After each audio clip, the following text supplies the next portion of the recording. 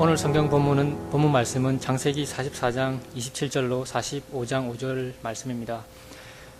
주의 종 우리 아비가 우리에게 이르되 너희도 알거니와 내 아내가 내게 두 아들을 낳았으나 하나는 내게서 나간 고로 내가 말하기를 정령 찢겨 죽었다 하고 내가 지금까지 그를 보지 못하거늘 너희가 이도 내게서 취하여 가려 한즉 만일 재해가 그 몸에 미치면 나의 흰머리로 슬피 음부로 내려가게 하리라 하니 아비의 생명과 아이의 생명이 서로 결탁되었거늘 이제 내가 주의 종 우리 아비에게 돌아갈 때에 아이가 우리와 함께 하지 아니하면 아비가 아이의 없음을 보고 죽으리니 이같이 되면 종들이 주의 종 우리 아비의 흰머리로 슬피 음부로 내려가게 함이니이다.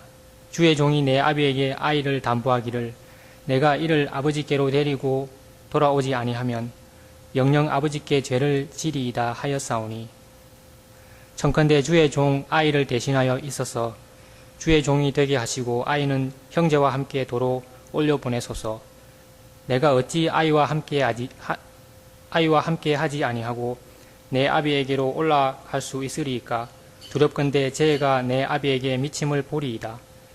요셉이 시종하는 자들 앞에서 그 정을 억제하지 못하여 소리질러 모든 사람을 자기에게서 물러가라 하고 그 형제에게 자기를 알리니 때에 그와 함께 한 자가 없었더라. 요셉이 방성대곡하니 애굽 사람에게 들리며 바로의 궁중에 들리더라.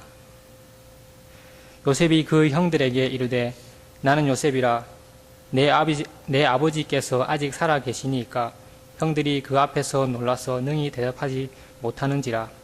요셉이 형들에게 이르되 내게로 가까이 오소서. 그들이 가까이 가니 가로되 나는 당신들의 아우 요셉이니 당신들이 애굽의 판자라.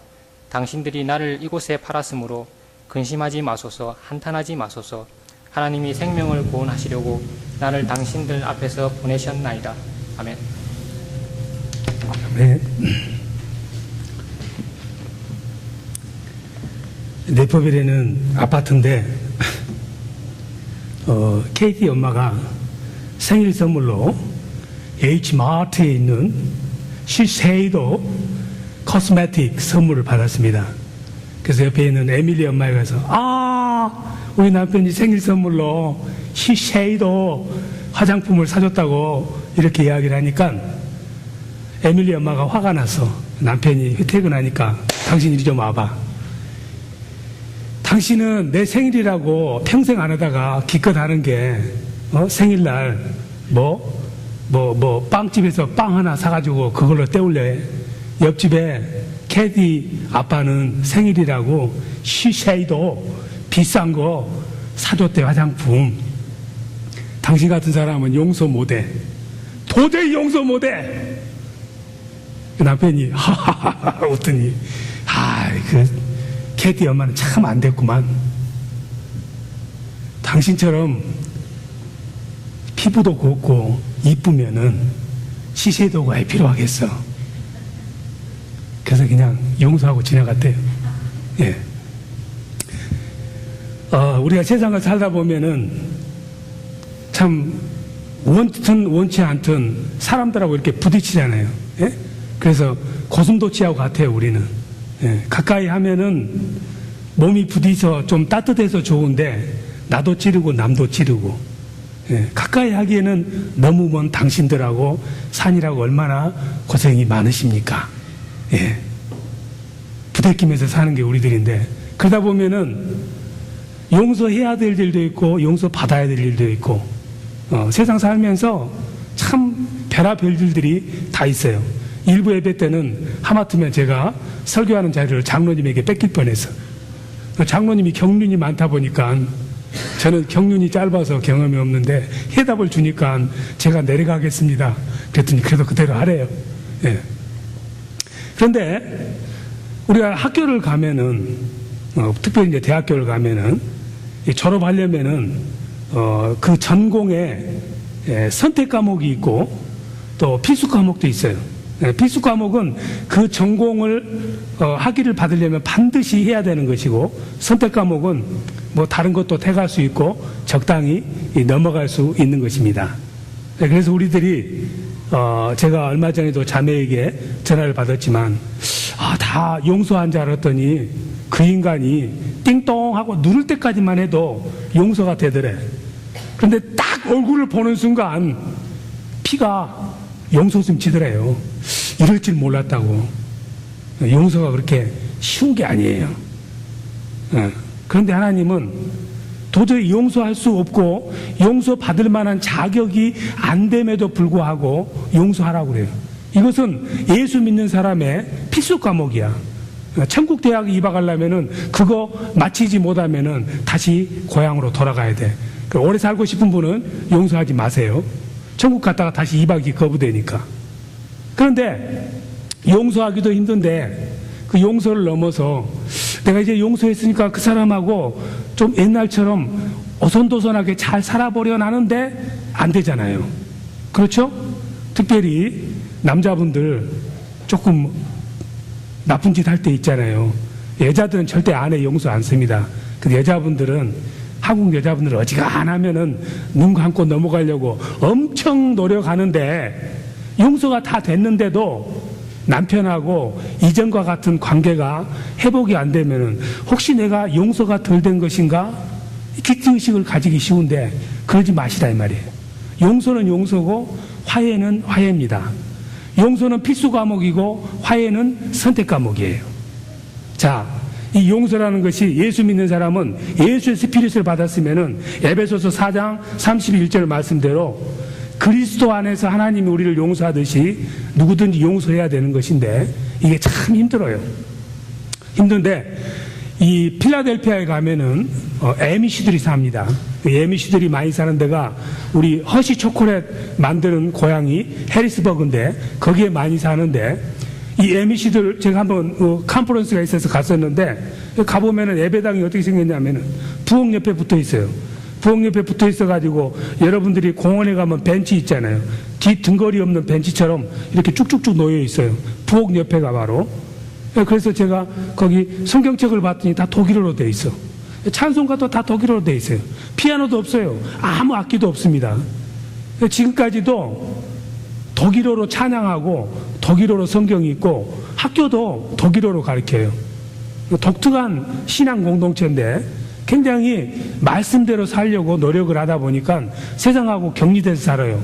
그래서 여러분들이 펜실바니아 MEC들이 사는 데 가보면은 이 메인 도로는 차들이 다니고 숄더 레인에 보면은 MEC들이 마차 타고 다니는 걸 보게 될 거예요.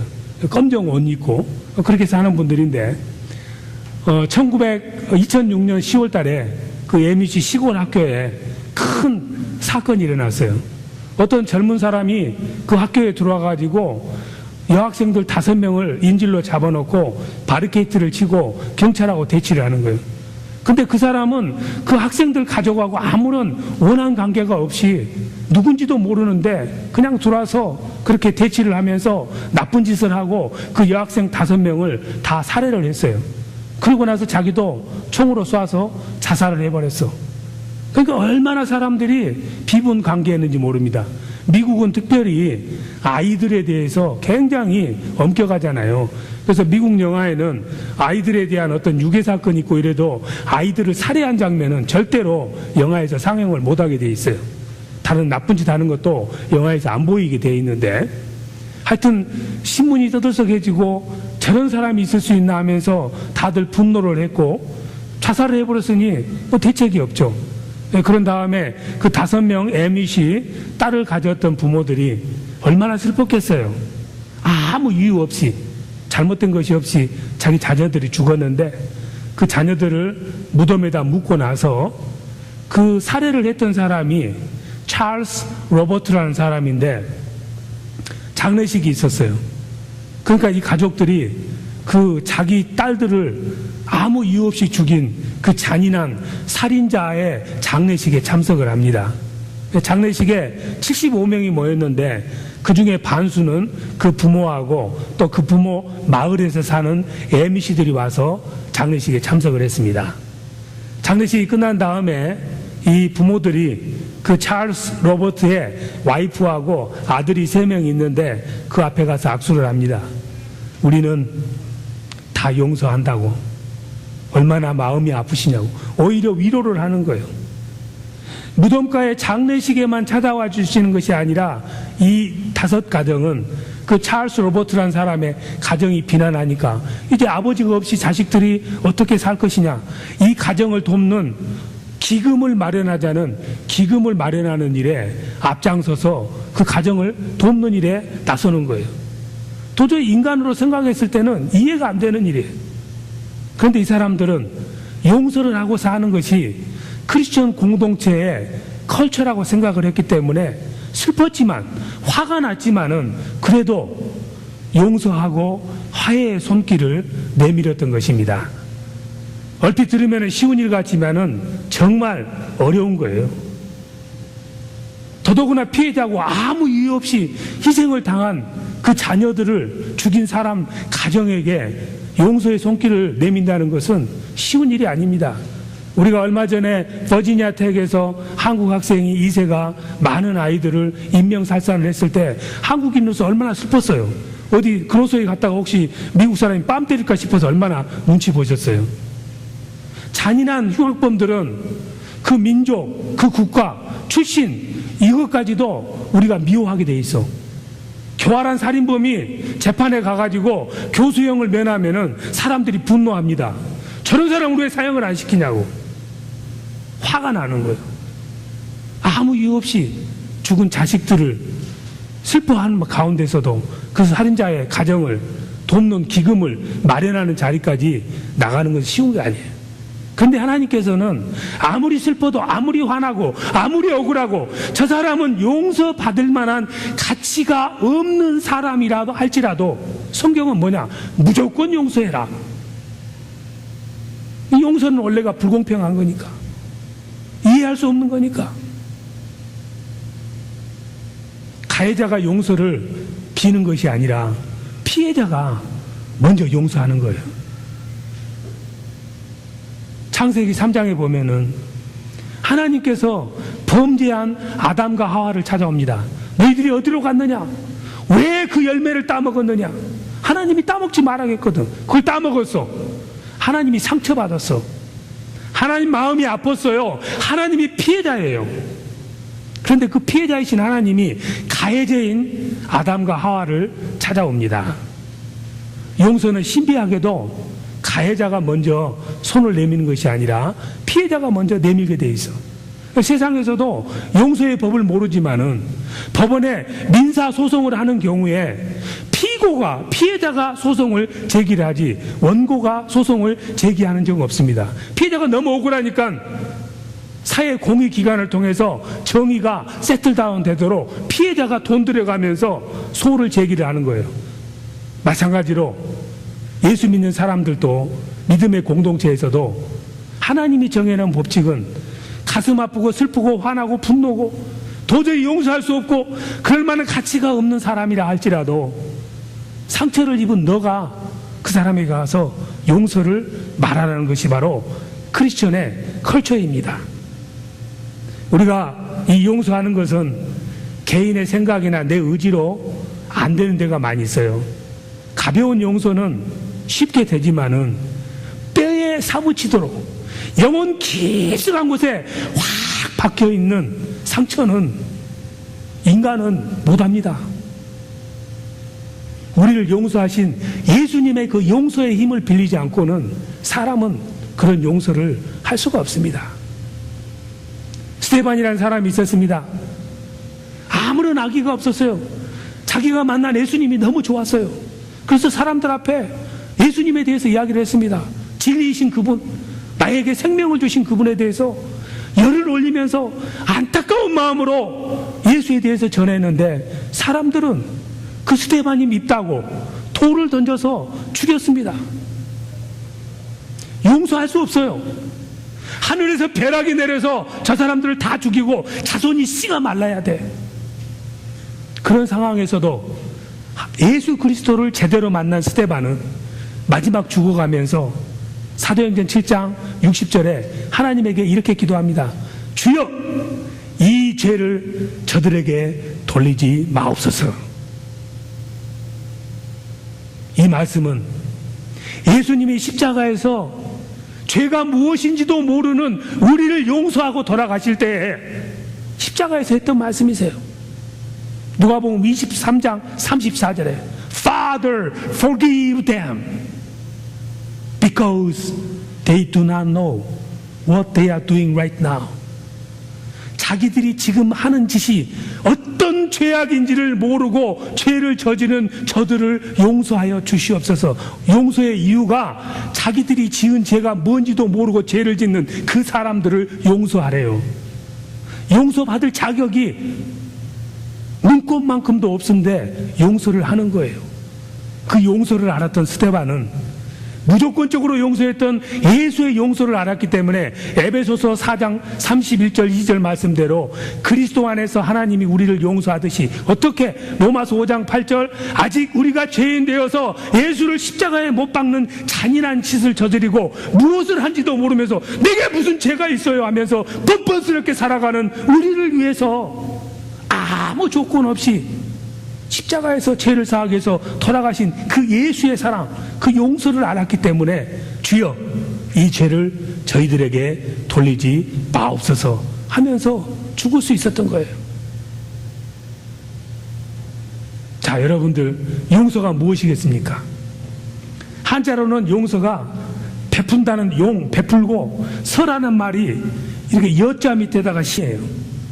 나쁜 짓을 저지른 사람의 마음으로 들어가서 몇 주 전에 이야기했던 그럴 수도 있지 하는 마음을 먹어주는 거예요. 말은 쉽지. 직접 내가 당해봐. 직접 내가 당해봐. 이 중에 아마 마음에 맺힌 것이 있는 분들은 하필이면 오늘 좋은 주일날인데 즐겁게 왔더니 또 내 아픈 상처를 건드리네. 내가 용서하기 싫어서 용서하는 것이 아니라 할 수 없기 때문에 용서를 못해서 내가 이렇게 끙끙 앓는데 왜 아픈 데다가 또 식초를 부어. 이런 마음이 드신 분도 있을 거예요. 용서는 무엇입니까? 자, 화면 한번 볼까요? 뭐가 용서가? 1번 네, 돌려주세요. 용서한 후에는 잊어버리기 위해 계속 노력하는 것이 용서다. 맞아요? 틀려요? 아리송해? 용서한 후에는 잊어버리려고 계속 노력하는 것이 용서다. 맞냐 틀리냐? 헷갈리네? 맞는 것 같기도 틀린 것 같기도 하고 저도 모르겠어요. 용서하려고 할 때 화를 내도 괜찮다. 맞다 틀리다. 틀려요. 예. 맞는지 틀리는 나중에 여러분들이 다음 주에 검토해 보겠습니다. 용서는 용서할 대상에 대한 불쾌한 감정을 포기하는 것이다. 맞습니까? 경험이 없어. 용서를 해본 적이 없으니까 이게 감이 안 잡히지. 용서는 빠르고 완벽하게 하기 위해 노력하는 것이다. 맞습니까? 틀립니까? 알아서 답을 쓰세요. 용서는 시간이 흐르면 저절로 상처가 아무는 것이다. No. 예. 용서는 기본적으로 단번에 이루어진다. No. 용서는 내게 상처를 준 사람이 회개해야 이루어진다. Yes. 마치 회개도 하는 잘못을 뉘우치도 못한 놈을 왜 용서를 해줘? 맞습니다. 괜히 체면 때문에 놀아가지 마시고 용서를 하면 내게 일어난 일이 별 문제가 아니었다고 말하고 생각하게 된다. 맞아요? 틀려요? 맞아요? 그러지 않습니다. 용서하기까지 얼마나 많은 아픔이 있고 그 사건뿐만 아니라 온갖 것이 내 영혼 속에 있는 거예요. 아무것도 일어나지 않는 것이 아니에요. 일어났었어요. 단지 내 마음에 그것 때문에 바드가 안 될 따름입니다. 용서하고 싶지만 용서가 안 되는 이유가 그 용서에 하고자 하는 그 사건이나 그 사람이 내게 준 상처가 어느 정도냐가 용서가 쉽냐 어려워 정해지고 용서가 오래 걸리나 짧으냐 정해지는 거예요. 만일에 타박성, 찰과상과 같은 상처를 입었다면은 그냥 쉽게 용서가 됩니다. 의도적이 아니었고 그냥 어쩌다 보니까는 그렇게 된 거니까 그러겠거니 하면서 용서가 되는데 내게 준 상처가 마치 커터로 자르듯이 여기에 컷한 베인 상처가 눈에 보이고 피가 흐르면은 이것은 나에게 의도적으로 한 일이기 때문에 용서하는 것이 쉽지가 않습니다. 결단을 해야 돼. 그런데 내게 준 상처가 찢어진 상처야. 큰 상처가 자국이 나서 도저히 아무러지지 않는 상처가 있으면은 이건 내 마음에 박혀 있어. 이것은 우리가 흔히 말할 때 눈에 흙이 들어가도 용서 못하는 상황까지 가는 거예요. 왜? 너무 계획적, 의도적으로 나를 짓밟았기 때문에. 그 상처 때문에 아물지 않고 벌어져 있는 상처를 보면은 도저히 용서 못해. 이 지경이 되면은 사람의 교양으로는 용서가 안 됩니다.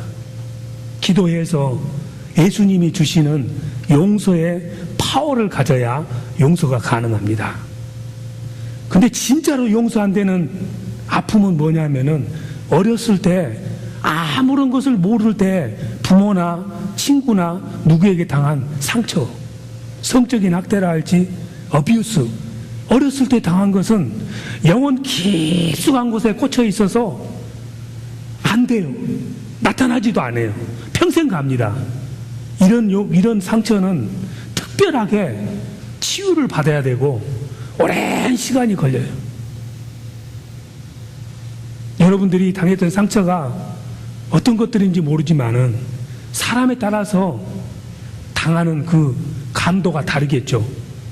그런데 이러한 상처의 깊이뿐만 아니라 이 용서하는 것, 에미시 가정처럼 나하고 모르는 사람은 쉽게 용서가 돼요. 다시 안 만날 것 같은 사람은 쉽게 용서가 되는데 매일 얼굴을 마주대고 살아야 된 나의 가까운 친척, 혈족, 친구,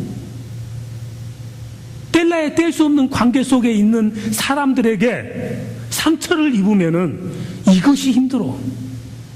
다른 것이 힘든 것이 아니라 가까운 사람에게. 상처는 근데 멀리 있는 사람에게 받는 것이 아니라 가까이 있는 사람에게 받는 거예요.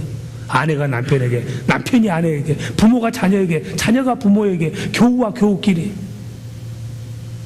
계속 맞부딪히면서 살아야 되는 사람을 용서해야 되기 때문에 이만큼 했다가 보면은 또 원위치로 돌아가고 이런 일이 자주 생기는 것입니다.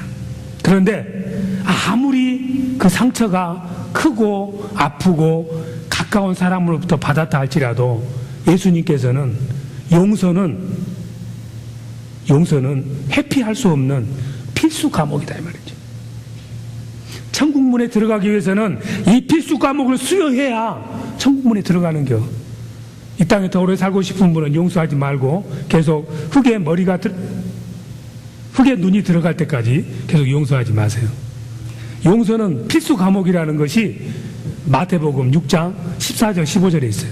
자, 성경 가져오신 분들은 그래도 한번 읽고 가야 그 값을 할 거 아닙니까? 용서는 반드시 아무리 그 사람이 꼴보기 싫고 용서받을 만한 자격이 없어도 부당하고 억울하지만은 해야 되는 거예요. 왜냐하면 하나님께서 예수 그리스도를 통해서 우리에게 그 모범을 보여주셨기 때문에. 마태복음 6장 14절 맞습니까? 예, 15절 같이 한번 읽습니다. 너희가 사람의 과실을 용서하면 너희 천부께서도 너희 과실을 용서하시려니와 너희가 사람의 과실을 용서하지 아니하면 너희 아버지께서도 너희 과실을 용서하지 아니하시리라. 용서는 반드시 해야 된다는 것을, 만일에 너가 이 땅에서 용서하지 않으면은 아버지도 너를 용서하지 않겠다. 왜? 필수 과목을 마치지 않았으니까 이 땅에 사는 졸업장을 안 주겠대. 우리가 용서했다고 하지만은 때로는 말로만 용서한 경우가 많아요. 영혼 깊숙한 곳에 용서를 못해서. 이 시간에 생각을 해보세요. 만일에 여러분들이 어떤 사람에게 상처를 입었는데 내가 정말 용서했는가? 용서한 것 같은데 만일에 여러분의 마음속에 그 사람이나 그 사건을 생각하면은 마음에 여전히 분노가 있고 불안하고 초조하고 몸이 떨리고 감정이 절제가 안 되면은 용서가 아직 안 끝난 거예요. 용서는 한 번에 끝나는 게 아니니까. 그런 현상은 없는데 나에게 피해를 끼친 사람을 생각할 때 그 사람이 확 망했으면 좋겠다는 마음이 있다면은 용서가 안 끝난 거야. 용서가 완전히 끝나면은 그 사람이 복을 받기를 기도해 줘야 돼. 로마서 12장 14절에 보면은 나를 아프게 한 사람이 저주를 당해서 망하기를 원하면 용서가 안 끝났고 그 사람이 잘 되기를 바라는 마음이 있어야만이 용서가 완전히 이루어졌다고 그랬습니다. 그런데 이처럼 어려운 용서도 있는데 용서하기 참 힘듭니다. 사람은 특별히 여러분들 부부간에 이렇게 간혹 남편들이 삐딱한 짓 하잖아요. 그럼 여자분들은 또 기억력이 좋잖아요. 여자분들은 좋은 것은 물에다 새기고 나쁜 것은 돌에다 새기잖아. 그래서 꼭 부부싸움 하면은 3000년 전치 이야기도 다 꺼내잖아. 잘 안 잊어버려. 그래서 용서하려고 마음을 먹은데 이게 안 되는 거예요. 체질적으로 기억력이 너무 좋아서 금강석처럼 마음이 아름다워서. 그런데 여자분들이 흔히 빠지는 그런 남편의 잘못을 보면서 빠지는 게 이런 생각을 하는 거야. 남편이 그때 왜 그런 짓을 했을까? 이거 알고 싶어. 그 이유만 딱 알면은 내가 용서할 것 같아. 그래가지고 팔방으로 다 알아보고 다녀. 근데 실제 알아보고 나면은 더 허전하고 더 용서 안 되는 거예요. 더 속 뒤집어져. 쓴뿌리를 찾아가 봐야 쓴맛밖에 안 나요. 자기 연민밖에 없고 자기 비하밖에 없어. 있는 것은 아니지만은 쓴뿌리 찾아갈 필요도 없어. 아무것도 아닌 일이하고 덮어두고 가도 그것도 문제야. 언젠가는 터져. 우울증이 생긴다 이 말이에요. 용서가 할 만한 일이 생기면 분노하고 화나고 그냥 어쩔 수 없는 그런 분노와 어려움이 있고 보복하고 싶고 응징하고 싶고 쫓아내고 싶지만은 용서는 forgive는 to give up 하는 거예요. 내가 응징할 수 있는 권리를 gave up 하는 것이 바로 용서예요. 쉽지가 않습니다. 그런데 이 용서의 산도 넘기 힘든데 그 산 앞에 또 뭐가 기다리는 거예요. 내가 정말 용서했어요. 깨끗이. 그 사람을 봐도 아무런 감정에 미동도 없고 그 사람이 복권에 당첨됐다고 해도 같이 기뻐. 그만큼 깨끗하게 용서가 됐는데 이상하게 한 번 깨어진 관계에서 용서를 했는데 그 사람하고 다시 이전의 관계로 가고 싶은데 그게 안 돼요. 그 사람하고 같이 앉아서 밥 먹기 싫어. 주일날 친교할 때 될 수 있으면 바쁜 척하고 용서했음에도 불구하고 그 사람하고 눈길이 안 맞는 저 사각지대 가서 밥을 먹고 싶은 마음이 있는 것은 용서가 끝난 것이 안 끝난 것이 아니라 용서가 끝났지만은 그건 또 다른 언덕이 있는데 화해의 길이에요. 화해는 쌍방해야 돼. 용서는 상대방의 가해자가 알든 모르든 내 마음대로 하는 거예요. 필수 과목이니까. 그런데 그 용서가 다 끝난 다음에 여전히 그 사람하고 관계가 옛날처럼 회복이 안 된 것 때문에 여러분들이 길티 의식을 가지고 있는 경우가 많아요. 제가 만남에 사랑하며 하면서 어느 집사님하고 하다가 실수를 했어요. 화해라는 말이 나오니까 제가 제법 아는 척 하면서 집사님, 용서는 화해까지 돼야만이 용서가 끝나는 것입니다. 무식한 소리를 했어요. 그런데 용서하고 화해는 다른 거예요. 용서는 내가 혼자서 결단해서 하는 것이고 화해는 나에게 피해를 끼치는 사람이 최소한이나마 뉘우치고 회개하는 모습과 태도를 보일 때에 화해가 이루어지기 시작하는 거예요. 그게 보이지 않는 상태에서 화해의 손길을 내밀면은 더 큰 상처를 입을 때가 많아요. 어떤 딸이 있었는데 어렸을 때 아버지가 성폭행을 했어요. 예수를 믿고 나서 그 아버지를 용서를 했어. 아버지 우리 집 마음대로 왔다 갔다 하세요. 근데 아버지는 쏘리란 말을 한 번도 하지 않았는데 딸이 용서하고 화해해버렸어. 아버지가 수시로 집에 들랑달랑 합니다. 그런데 이 딸이 나중에 결혼을 해가지고 아이가 있었는데 이 못된 할아버지가 그 손녀딸에게 나쁜 짓을 한 거예요.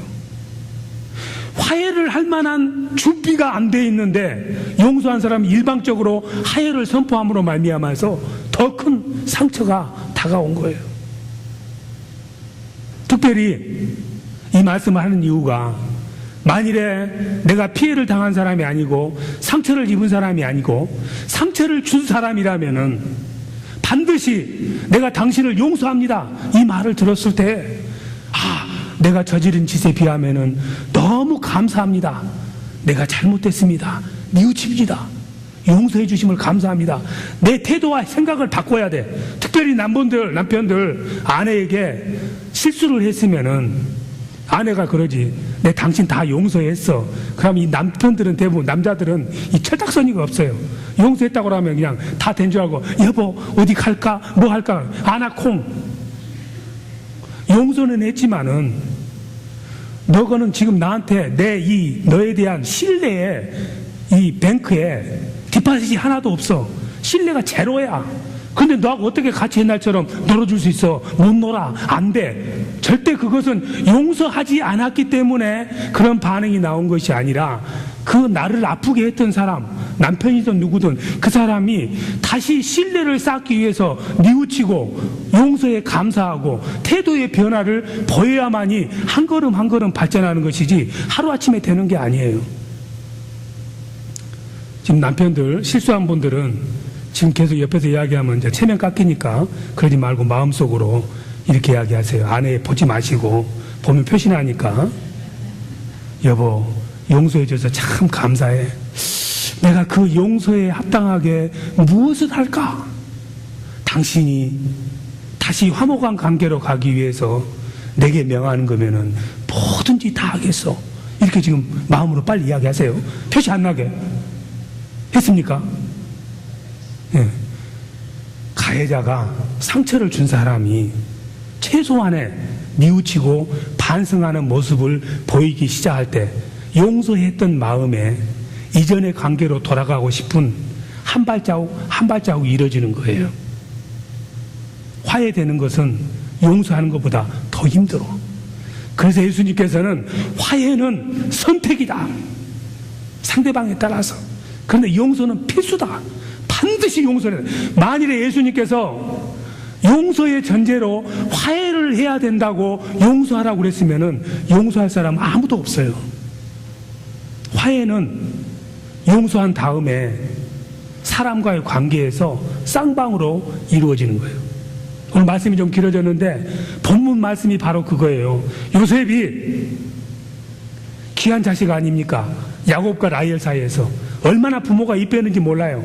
그냥 태어날 때부터 뭐 베네옷도 좋은 걸로, 그냥 뭐든지 나이키 뭐 이런 좋은 걸로만, 다른 아이들 그냥 개똥새 붓똥새 그냥 시장에서 사온 걸로 대충 때웠어. 그런데 편하게 이뻐한 거야. 여러분들 자식들 중에서 편하게 누구 이뻐하면은 다른 아이들이 상처 입습니다. 골고루 해야지. 이뻐하려도 밤에 다 자고 있을 때 살짝 불러가지고 너를 이뻐한다 이렇게 하든지 그래야지. 보이는 데서 애가 최고야 그러면 최고 아닌 애들이 요셉이 그랬어. 아버지 어머니가 너무 이쁘니까는 옷을 대충 좋은 걸로 입히면 좋은데 채색 옷으로 베네똥, 배에 있는 똥으로 그냥 좋은 걸로, 예쁜 걸로, 임금들이나 입는 걸 입혀주니까 형제들이 요셉만 보면은 이가 부득부득 갈리는 거예요. 그런데 이게 또 잘난 체 아니라고 꿈 이야기는 뽕뽕뽕 했었지, 또 고자질은 빵빵빵 했었지, 때만 되면 저것은 정말 배락도 안 맞아 죽으나 걸어가다 웅덩이에 빠져 뒤져라. 안 뒤지는 거예요. 그러다 어느 날 정말 죽일 기회가 나왔어. 구덩이에다 빠졌잖아요. 노예로 팔려갔잖아. 보디발의 집에서 17살에 팔려가지고 5년간 종살이 했습니다. 뭐가 잘못되고 꼬여가지고 감옥에 가가지고 감옥에서 13년 살아가지고 37이 돼가지고 애굽의 국무총리가 됐습니다. 그러던 어느 날 형제들이 찾아왔어요. 한 푼 줍쇼 하고. 깨소금 마시지. 이놈의 자식들 잘 됐다. 아이고 뭐 한 푼은 고사하고 다 이 다리몽댕이 하나씩 부지런해야지, 이런 마음이 들겠지만 이미 요셉은 그 형들 만나기 전에 다 용서했어. 그런데 용서는 했지만 이 형들하고 다시 형제의 관계를 맺어야 될지 화해의 발을 디디기 위해서는 무언가 이 형들에게 변화의 표식을 봐야 되겠어. 그래서 그 형들이 음식을 주면서 집에 가가지고 너희들 막둥이 동생이 있는데 그 막둥이 동생 베냐민을 이리 데려와라. 그러면 내가 더 음식을 많이 주겠다.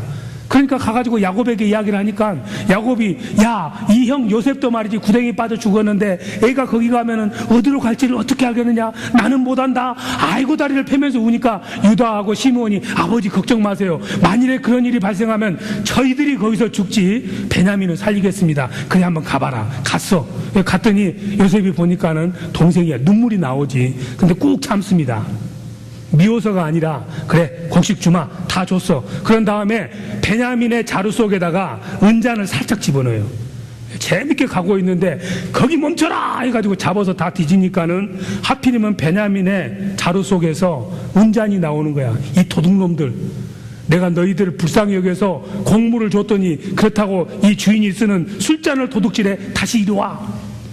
다 너희들은 가둬줬지만 베냐민 너는 여기 남아서 이 죄값을 치러야 돼. 이렇게 말할 때 유다라는 사람이 나와가지고 말합니다. 나를 종 삼고 이 아들은 보내시오. 우리 아버지가 요셉 죽은 것도 가슴 아파하는데 애까지 죽으면은 우리 아버지 심장마비로 돌아가십니다. 나를 차라리 노예 삼아주라고 이러면서 하소연을 합니다. 그런데 형제들끼리 하는 소리를 들어보니까 요셉은 17살까지 고향에서 살았기 때문에 히브리어를 다 알아요. 소곤소곤 하는 소리가 우리가 이런 일을 당하는 것은 옛날에 말이지 그 요셉이 꼴보기 싫어서 나쁜 짓을 한 결과로다가 이런 고난을 당한 것이라고 회개하고 뉘우치는 말을 하는 거야. 형이 요셉이 보니까 이 정도로 마음이 바뀌었다면은 용서한 내가 이제 화해의 손길을 내밀어야 되겠다 해서 형제들 앞에 나가서 내가 요셉입니다. 형들이 그냥 뒤로 다 넘어지는 거예요. 넘어졌는데 다 코뺑이에서 불이 나는 거예요. 왜냐하면은 형들이 조그맣지라도 요셉에게 했던 악행에 대해서 뉘우치고 회개하는 모습을 봤기 때문에 요셉이 형들에게 화해의 손길을 내밉니다. 여러분들이 용서가 다 돼서 그 사람하고 관계가 친구였는데 지금은 그저 아는 사이로 남는 경우도 있을 거예요. 미정미정한 사이로. 그건 내 잘못이 아니야. 용서가 다 됐다면은 그 사람에게서 뭔가 변화가 있고 뉘우친 것이 있어야만이 회개의 발걸음을 향해서 나갈 수 있는 것입니다. 그렇다고 해서 영원토록 너는 내게 돌아오지 않으니까 나는 너를 만나지 않겠어. 이렇게 살아가는 것이 아니에요. 선택 과목이지만은 예수님께서는 그 사람이 몰라서 그런 것이니까 이렇게 기도하래. 내가 저 사람을 용서했습니다. 그런데 저 사람은 지금도 자기가 뭘 잘못했는지 모르고 뻔뻔스럽게 잘 먹고 잘 살고 있습니다. 자기가 하는 짓을 모릅니다. 하나님, 저 사람이 그걸 깨닫게 해주세요. 이렇게 기도해요. 옆에 그런 안타까운 사람을 보면은 예수 믿는 우리들은 용서한 피해자를 우리는 위로하면서 가해자에게 가서 이야기를 해야 돼. 우리는 화목해 하는 사람들의 직분을 받았기 때문에 당신 이렇게 살면 안 돼. 저 사람이 얼마나 아프고 고통스러워하면서 끙끙대면서 당신을 용서했는데 당신은 조그맣지도 뉘우치지 않는다면은 당신은 사람이 아니야. 가서 미안하다고 이야기해. 이렇게 우리는 말을 전해서 사람과 사람 사이에 용서가 다 된 사이에서도 다시 화해가 되지 않는 사람들에게 화목할 수 있도록 그 하는 피스메이커의 일을 우리에게 맡기셨습니다. 여러분들이 살면서 어떤 상처를 입었고 어떤 것을 용서했고 지금도 용서의 과정에 있을 수도 있고 용서를 다 했지만은 그 사람과 화목한 관계로 아직까지 들어서지 못한 분도 많이 있을 것입니다. 용서도 그렇고 화해도 그렇고 우리 인간의 힘으로는 안 됩니다. 십자가에 돌아가신 예수 그리스도를 통해서만 할 수 있습니다.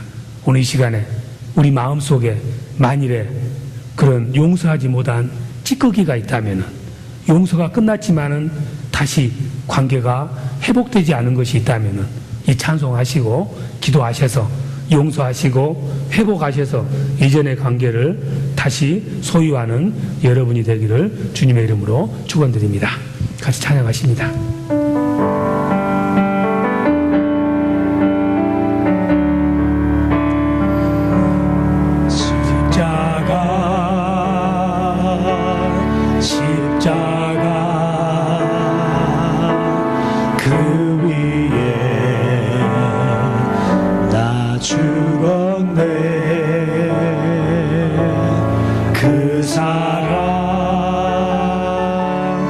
내 속에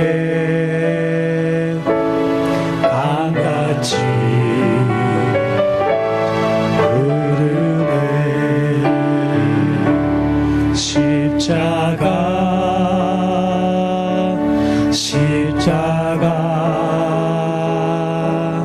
그 위에 나 죽었네.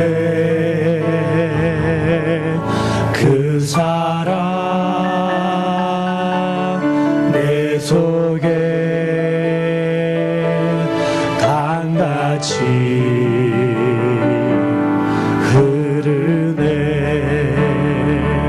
그의 생명 내 속에 그의 능력 내 안에 그의 소망 내 삶에 나의 삶